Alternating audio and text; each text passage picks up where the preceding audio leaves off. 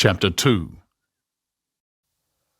About halfway between West Egg and New York, the motor road hastily joins the railroad and runs beside it for a quarter of a mile so as to shrink away from a certain desolate area of land.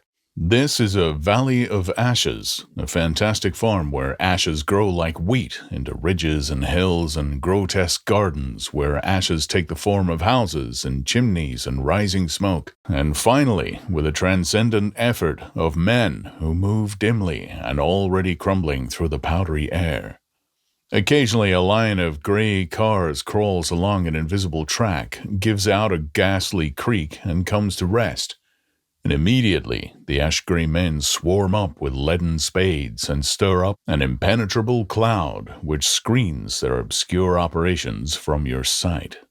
But above the gray land and the spasms of bleak dust which drift endlessly over it, you perceive, after a moment, the eyes of Dr. T.J. Eckelberg. The eyes of Dr. T.J. Eckelberg are blue and gigantic. Their retinas are 1 yard high. They look out of no face, but instead from a pair of enormous yellow spectacles which pass over a non-existent nose. Evidently, some wild wag of an oculist set them there to fatten his practice in the boroughs of Queens, then sank down himself into eternal blindness or forgot them and moved away. But his eyes, dimmed a little by many paintless days under sun and rain, brood on over the solemn dumping ground.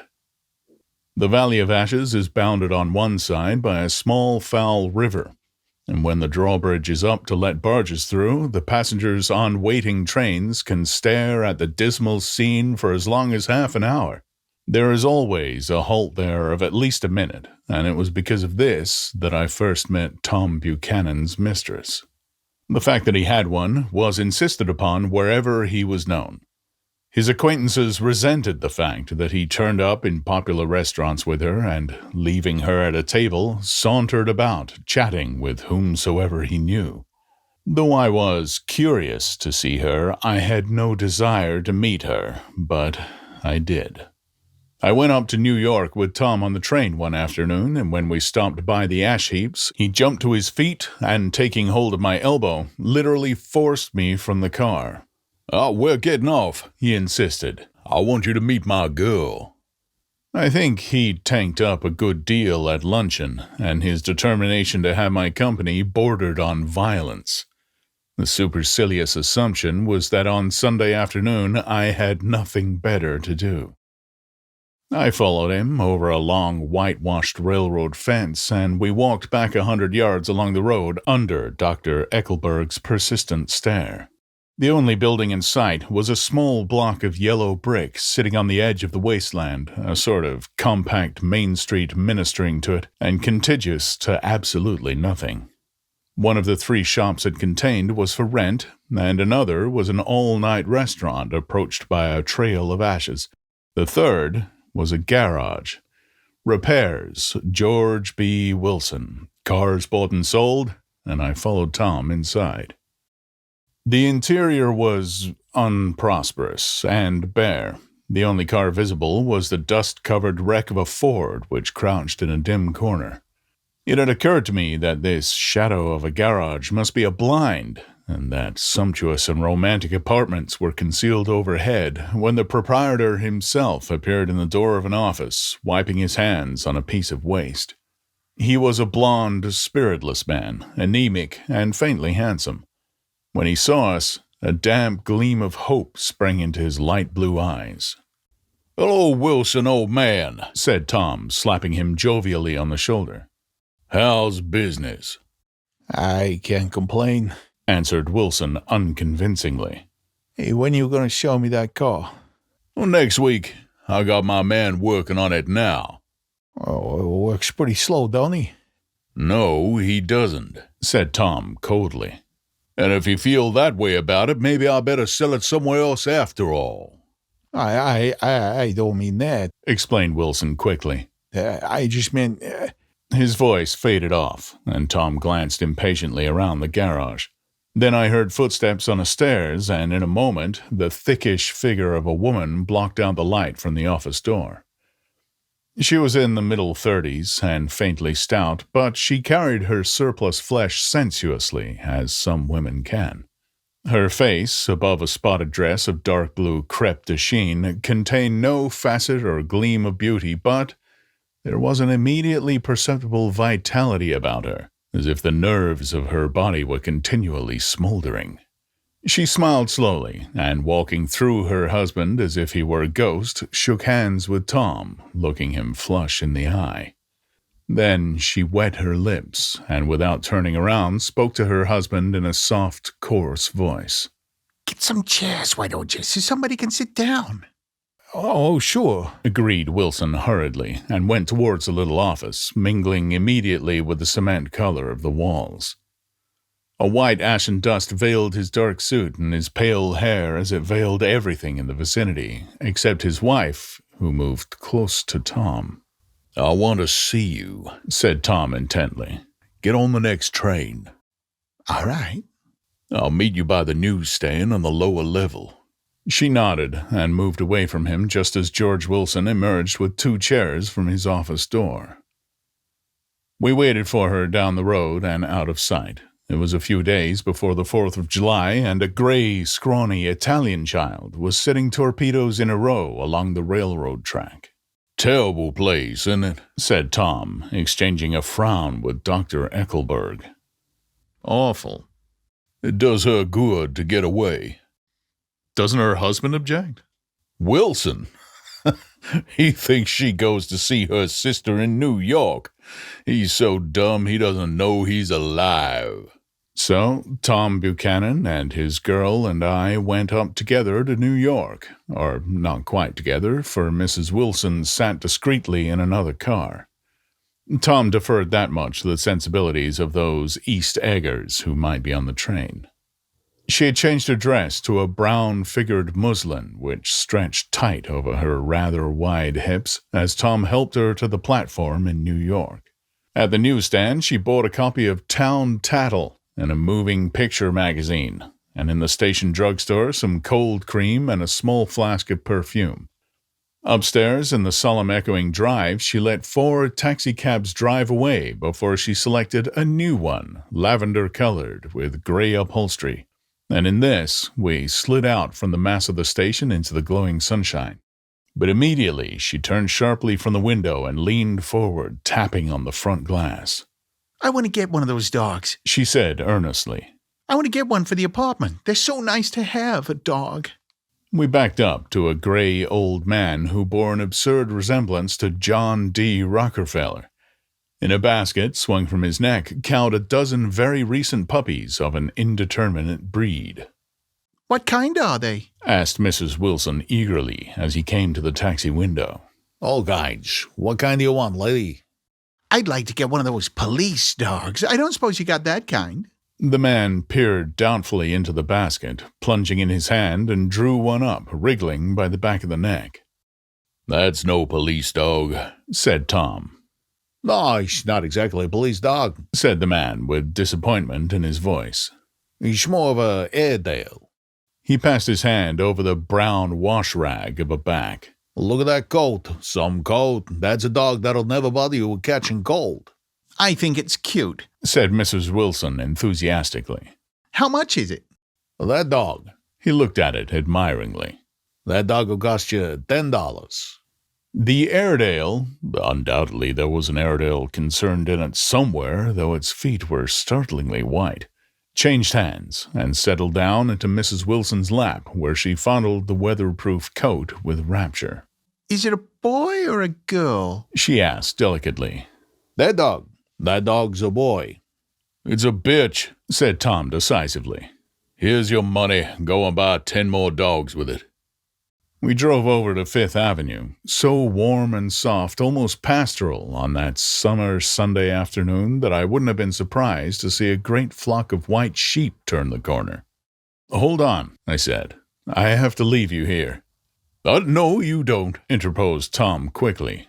Myrtle will be hurt if you don't come up to the apartment, won't you, Myrtle? Come on, she urged. I'll telephone my sister, Catherine. She's said to be very beautiful by people who ought to know. Well, I'd like to, but... We went on, cutting back again over the park towards the West Hundreds. At 158th Street, the cab stopped at one slice in a long white cake of apartment houses. Throwing a regal, homecoming glance around the neighborhood, Mrs. Wilson gathered up her dog and her other purchases and went haughtily in. I'm going to have the McKees come up, she announced as we rose in the elevator. And of course I got to call up my sister, too. The apartment was on the top floor, a small living room, a small dining room, a small bedroom, and a bath. The living room was crowded to the doors with a set of tapestried furniture entirely too large for it, so that to move about was to stumble continually over scenes of ladies swinging in the gardens of Versailles. The only picture was an over-enlarged photograph, apparently a hen sitting on a blurred rock. Looked at from a distance, however, the hen resolved itself into a bonnet, and the countenance of a stout old lady beamed down into the room. Several old copies of Town Tattle lay on the table, together with a copy of Simon Called Peter and some of the small scandal magazines of Broadway. Mrs. Wilson was first concerned with the dog. A reluctant elevator boy went for a box full of straw and some milk, to which he added, on his own initiative, a tin of large, hard dog biscuits, one of which decomposed apathetically in the saucer of milk all afternoon. Meanwhile, Tom brought out a bottle of whiskey from a locked bureau door. I have been drunk just twice in my life, and the second time was that afternoon. So everything that happened has a dim, hazy cast over it, although until after 8 o'clock the apartment was full of cheerful sun. Sitting on Tom's lap, Mrs. Wilson called up several people on the telephone. Then there were no cigarettes, and I went out to buy some at the drugstore on the corner. When I came back, they had disappeared, so I sat down discreetly in the living room and read a chapter of Simon Called Peter. Either it was terrible stuff, or the whiskey distorted things because it didn't make any sense to me. Just as Tom and Myrtle, after the first drink, Mrs. Wilson and I called each other by our first names, reappeared, company commenced to arrive at the apartment door. The sister, Catherine, was a slender, worldly girl of about 30, with a solid, sticky blob of red hair and a complexion powdered milky white. Her eyebrows had been plucked and then drawn on again at a more rakish angle, but the efforts of nature towards the restoration of the old alignment gave a blurred air to her face. When she moved about, there was an incessant clicking as innumerable pottery bracelets jingled up and down upon her arms. She came in with such a proprietary haste and looked about so possessively at the furniture that I wondered if she lived there. But when I asked her, she laughed immoderately, repeated my question aloud, and told me she lived with a girlfriend at a hotel. Mr. McKee was a pale, feminine man from the flat below. He had just shaved, for there was a white spot of lather on his cheekbone, and he was most respectful in his greeting to everyone in the room. He informed me that he was in the artistic game, and I gathered later that he was a photographer, and had made the dim enlargement of Mrs. Wilson's mother, which hovered like an ectoplasm on the wall. His wife was shrill, languid, handsome, and horrible. She told me with pride that her husband had photographed her 127 times since they had been married. Mrs. Wilson had changed her costume some time before, and was now attired in an elaborate afternoon dress of cream-colored chiffon, which gave out a continual rustle as she swept about the room. With the influence of her dress, her personality had also undergone a change. The intense vitality that had been so remarkable in the garage was converted into impressive hauteur. Her language, her gestures, her assertions became more violently affected moment by moment, and as she expanded, the room grew smaller around her until she seemed to be revolving on a noisy, creaking pivot through the smoky air. My dear, she told her sister in a high, mincing shout. Most of these fellas will cheat you every time. All they think of is money. I had a woman up here last week to look at my feet, and when she gave me the bill, you'd have thought she'd had my appendicitis out. What was the name of the woman? Asked Mrs. McKee. Mrs. Eberhard. She goes around looking at people's feet in their own homes. I like your dress, remarked Mrs. McKee. I think it's adorable. Mrs. Wilson rejected the compliment by raising her eyebrow in disdain. Oh, it's just a crazy old thing, she said. I just slip it on sometimes when I don't care what I look like. But it looks wonderful on you, if you know what I mean, pursued Mrs. McKee. If Chester could only get you in that pose, I think he could make something of it. We all looked in silence at Mrs. Wilson, who removed a strand of hair from over her eyes and looked back at us with a brilliant smile. Mr. McKee regarded her intently with his head on one side and then moved his hand back and forth slowly in front of his face. I should change the light, he said after a moment. I'd like to bring out the modeling of the features, and I'd try to get a hold of all the back hair. I wouldn't think of changing the light, cried Mrs. McKee. I think it's... Her husband said, shh, and we all looked at the subject again, whereupon Tom Buchanan yawned audibly and got to his feet. You McKees have something to drink, he said. Get some more ice and mineral water, Myrtle, before everybody goes to sleep. I told that boy about the ice. Myrtle raised her eyebrows in despair at the shiftlessness of the lower orders. These people, you have to keep after them all the time. She looked at me and laughed pointlessly. Then she flounced over to the dog, kissed it with ecstasy, and swept into the kitchen, implying that a dozen chefs awaited her orders there. I've done some nice things out on Long Island, asserted Mr. McKee. Tom looked at him blankly. 2 of them we have framed downstairs. 2 what? Demanded Tom. 2 studies. One of them I call Montauk Point the Gulch, and the other I call Montauk Point the Sea. The sister, Catherine, sat down beside me on the couch. Do you live down on Long Island, too? She inquired. I live at West Egg. Really? I was down there at a party about a month ago at a man named Gatsby's. Do you know him? I live next door to him. Well, they say he's a nephew or a cousin of Kaiser Wilhelm's. That's where all his money comes from. Really? She nodded. I'm scared of him. I'd hate to have him get anything on me. This absorbing information about my neighbor was interrupted by Mrs. McKee's pointing suddenly at Catherine.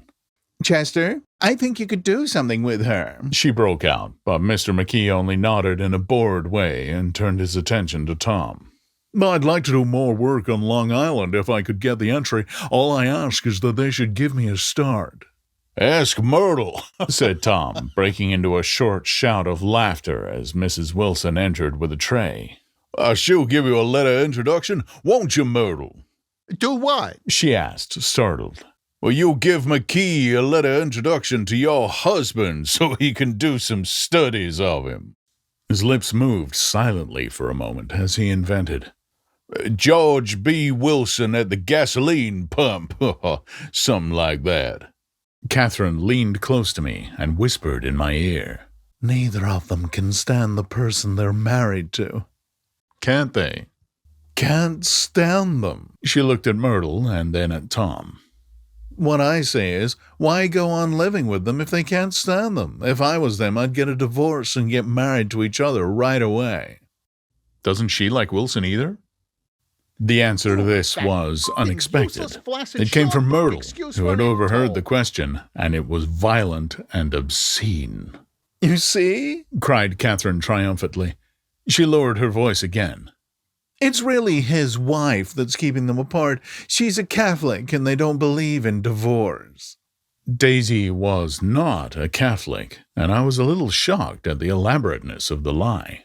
When they do get married, continued Catherine, they're going west to live for a while until it blows over. It'd be more discreet to go to Europe. Oh, do you like Europe? She exclaimed surprisingly. I just got back from Monte Carlo. Really? Just last year. I went over there with another girl. Stay long?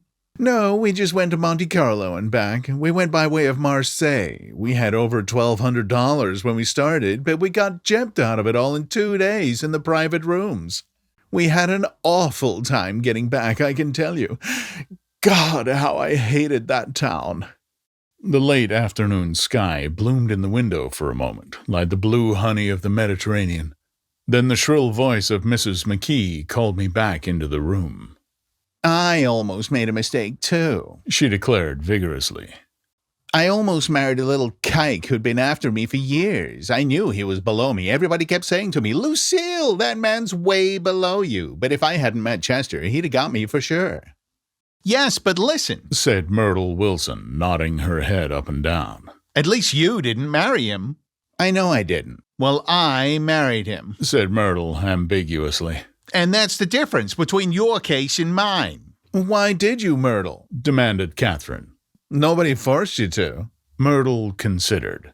I married him because I thought he was a gentleman, she said finally. I thought he knew something about breeding, but he wasn't fit to lick my shoe. You were crazy about him for a while, said Catherine. Crazy about him? Cried Myrtle incredulously. Who said I was crazy about him? I never was any more crazy about him than I was about that man there. She pointed suddenly at me, and everyone looked at me accusingly. I tried to show by my expression that I had played no part in her past. The only crazy I was when I married him. I knew right away I made a mistake. He borrowed somebody's best suit to get married in and never even told me about it. And the man came after it one day when he was out. Oh, is that your suit? I said. This is the first I ever heard about it, but I gave it to him, and then I lay down and cried to beat the band all afternoon. She really ought to get away from him, resumed Catherine to me. They've been living over that garage for 11 years, and Tom's the first sweetie she ever had. The bottle of whiskey, a second one, was now in constant demand by all present, excepting Catherine, who felt just as good on nothing at all. Tom rang for the janitor and sent him for some celebrated sandwiches, which were a complete supper in themselves. I wanted to get out and walk eastward towards the park through the soft twilight, but each time I tried to go, I became entangled in some wild, strident argument which pulled me back, as if with ropes, into my chair.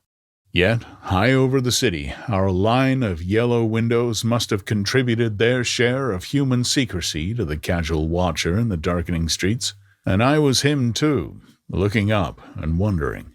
I was within and without, simultaneously enchanted and repelled by the inexhaustible variety of life.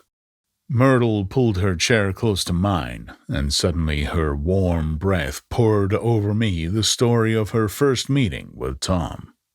It was on the two little seats facing each other. They're always the last ones on the train. I was going up to New York to see my sister and spend the night. He had on a dress suit and patent leather shoes, and I couldn't keep my eyes off him. But every time he looked at me, I had to pretend to be looking at the advertisement over his head.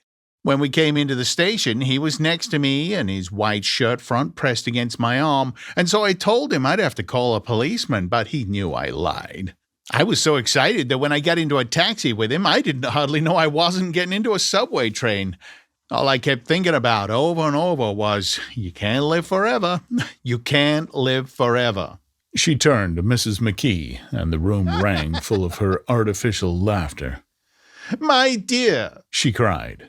I'm going to give you this dress as soon as I'm through with it. I got to get another one tomorrow. I'm going to make a list of all the things I've got to get. A massage and a wave and a collar for the dog and one of those cute little ashtrays where you touch a spring and a wreath with a black silk bow for Mother's grave that'll last all summer. I got to write down a list so I won't forget all the things I got to do. It was 9 o'clock. Almost immediately afterwards, I looked at my watch and found it was 10. Mr. McKee was asleep on a chair with his fists clenched in his lap, like a photograph of a man of action. Taking out my handkerchief, I wiped from his cheek the remains of the spot of dried lather that had worried me all the afternoon. The little dog was sitting on the table, looking with blind eyes through the smoke, and from time to time groaning faintly. People disappeared, reappeared, made plans to go somewhere, and then lost each other, searched for each other, found each other a few feet away.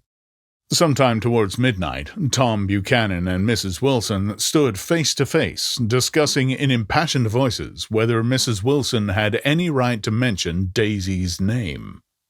Daisy, Daisy, Daisy, shouted Mrs. Wilson. I'll say it whenever I want to. Daisy, Making a short, deft movement, Tom Buchanan broke her nose with his open hand.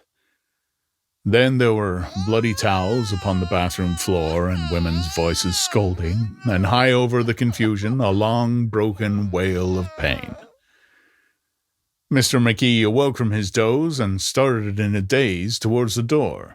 When he'd gone halfway, he turned around and stared at the scene, his wife and Catherine scolding and consoling as they stumbled here and there among the crowded furniture with articles of aid, and the despairing figure on the couch, bleeding fluently and trying to spread a copy of Town Tattle over the tapestry scenes of Versailles. Then Mr. McKee turned and continued on out the door. Taking my hat from the chandelier, I followed. "Come to lunch someday," he suggested as we groaned down in the elevator. "Where?" "Anywhere." Hey, keep your hands off the lever, snapped the elevator boy. "I beg your pardon," said Mr. McKee with dignity. "I didn't know I was touching it." "All right," I agreed. "I'll be glad to." I was standing beside his bed, and he was sitting up between the sheets, clad in his underwear, with a great portfolio in his hands. Beauty and the Beast, Loneliness, Old Grocery Horse, Brooklyn Bridge. Then I was laying half asleep in the cold lower level of the Pennsylvania station, staring at the Morning Tribune and waiting for the 4 o'clock train.